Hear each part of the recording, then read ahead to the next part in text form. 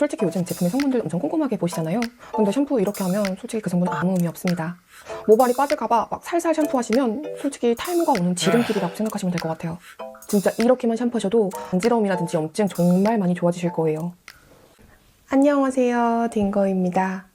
오늘은 탈모만 수백 번 해본 제가 여러분들에게 탈모를 예방하는 샴푸 방법을 공유하고자 영상을 찍게 됐는데요.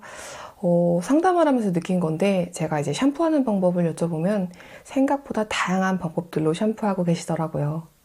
그래서 이 영상을 보고 계신 분들도 그러실 것 같아서 제가 탈모를 예방할 수 있는 샴푸 방법을 찍게 됐는데 정말 짧고 굵게 준비했으니까요. 집중하시고 영상 꼭 끝까지 시청해주세요. 구독과 좋아요는 잊지 않으셨죠? 요즘 제품의 성분들 정말 중요시 여기시잖아요.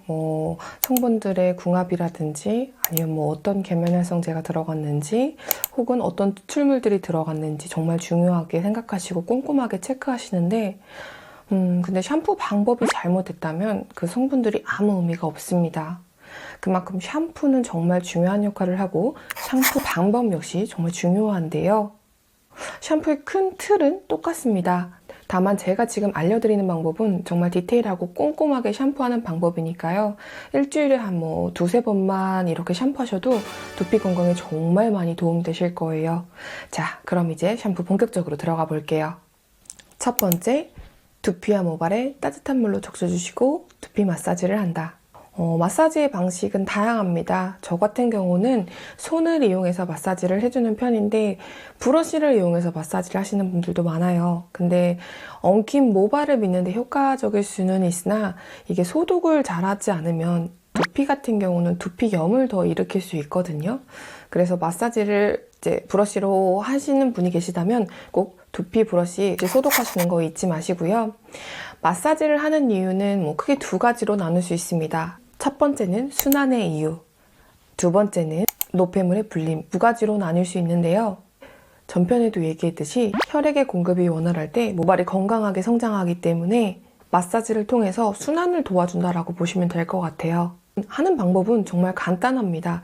특별하게 지압점을 누르는 건 아니고요.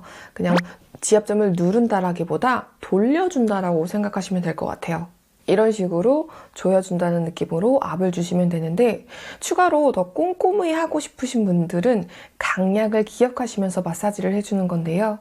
이런 식으로 힘을 줬다 뺐다 강약을 속으로 되뇌이면서 마사지 해주시면 더 꼼꼼하고 효과가 좋습니다.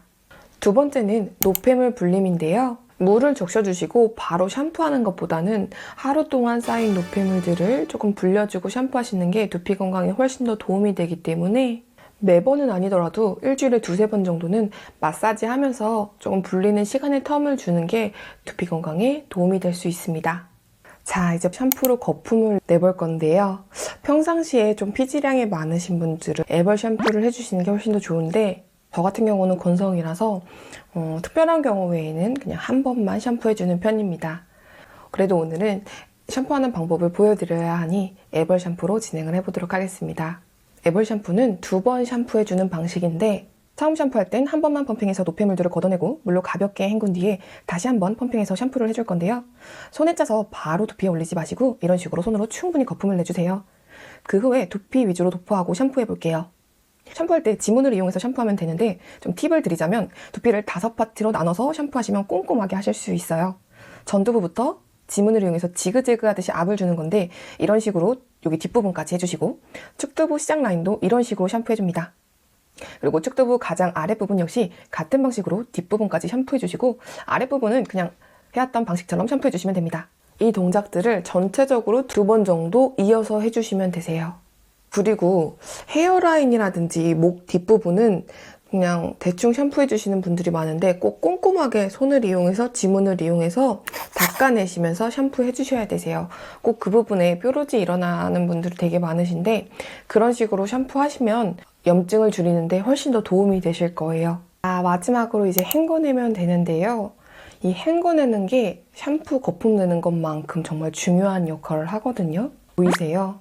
잘 헹구지 않으면 두피염은 물론 탈모까지 올 수 있는데요. 우리 피부 클렌징하고 대충 헹궈내면 어떻게 될까요?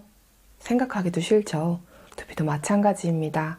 거품을 낸 후에 꼼꼼하게 2, 3분 정도 헹궈내 주시는데, 헹궈낼 때도 그냥 물로 헹궈내지 마시고 꼭 지문을 이용해서 두피를 닦아내듯 헹궈내 주시면 훨씬 더 완벽하게 샴푸하실 수 있습니다.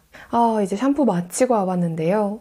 솔직히 이런 방식으로 일주일에 3번 정도만 샴푸하셔도 뭐 특별한 경우를 제외하고는 정말 두피 건강에 훨씬 더 도움이 되실 거고요. 그리고 마지막으로 드라이 할 때는 두피는 꼭 찬바람으로 말리시고, 그리고 모발은 저처럼 기신 분들은 좀 번갈아 가면서 드라이 하셔도 돼요. 근데 꼭 두피는 찬바람으로 말려주시고요. 그리고 뭐 샴푸, 토닉, 앰플 꼭 뿌려주시는 거 잊지 마세요. 자, 그리고 샴푸와 두피 건강에 있어서 조금의 팁을 드리자면, 첫 번째, 샴푸는 꼭 밤에 해주세요. 보이시죠? 제가 꼭 밤에 샴푸해야 한다는 이유입니다. 하루 동안 쌓인 노폐물들을 그냥 가지고 주무시면 두피염은 물론이고 두피의 문제가 더 심화될 수 있는데요. 그런 것들을 예방하고자 꼭 밤에 샴푸하시는 게 훨씬 더 두피 건강엔 도움이 됩니다. 두 번째, 이건 아까 했던 브러쉬 얘기인데요. 제가 실제로 예전에 상담할 때 고객님들께 브러쉬로 샴푸 전에 마사지하는 걸 추천 많이 드렸었는데, 간혹 이 브러쉬 하시다가 두피염으로 오시는 분들도 있으시더라고요. 저희 같은 이제 센터라든지 병원은 사실 소독기구가 따로 있습니다. 근데 사실 집에서는 그런 것들을 살 수는 없잖아요. 그래서 브러쉬를 하실 때는 정말 소독을 꼼꼼하게 해주시는 게 좋은데, 소독을 꼼꼼하게 하는 팁을 드리자면, 알코올 있잖아요. 미스트 분사기에다가 채워 넣으시고 전체적으로 뿌려주시는데, 가장 좋은 방법은 햇빛에 바짝 말려주시는 게 가장 좋습니다. 알코올 뿌리고. 근데 그럴 여유가 잘 안 되면 뿌려주시고 조금 몇 분 방치했다가 마른 수건으로 가볍게 닦아내 주시는 게 가장 좋을 것 같아요. 이게 그런 브러쉬를 제가 물로도 이렇게 씻어봤는데 그 안에 물이 차가지고 이게 나중에는 빼기가 너무 어렵더라고요. 그래서 저 같은 경우는 그냥 알코올 미스트를 뿌리시는 거를 권장해 드립니다. 세 번째, 젖어있는 모발에 브러쉬하지 않기.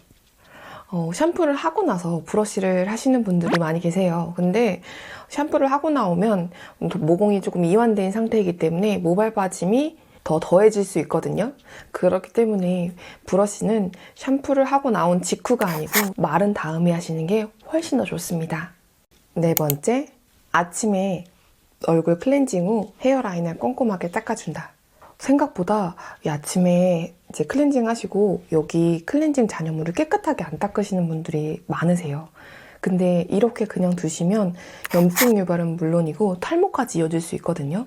그래서 내가 아침에, 보통 저녁에 샴푸하시니까 아침에 샴푸 해주시면 다행인데, 만약에 아침에 그냥 세수만 하시는 분들은 꼭 잔여물, 폼클렌징 잔여물 손으로 넣으셔서 안까지 꼼꼼하게 닦아주세요. 자, 그럼 오늘 영상이 모두 끝이 났는데요. 확실히 요즘에 환절기라 그런가 두피 건강 고민하시는 분들 정말 많으신 것 같아요. 혹시 더 궁금한 사항이 있으시면 댓글 남겨주시고요. 오늘도 제 영상이 도움이 되시길 바라며 저는 다음 영상으로 찾아올게요. 안녕!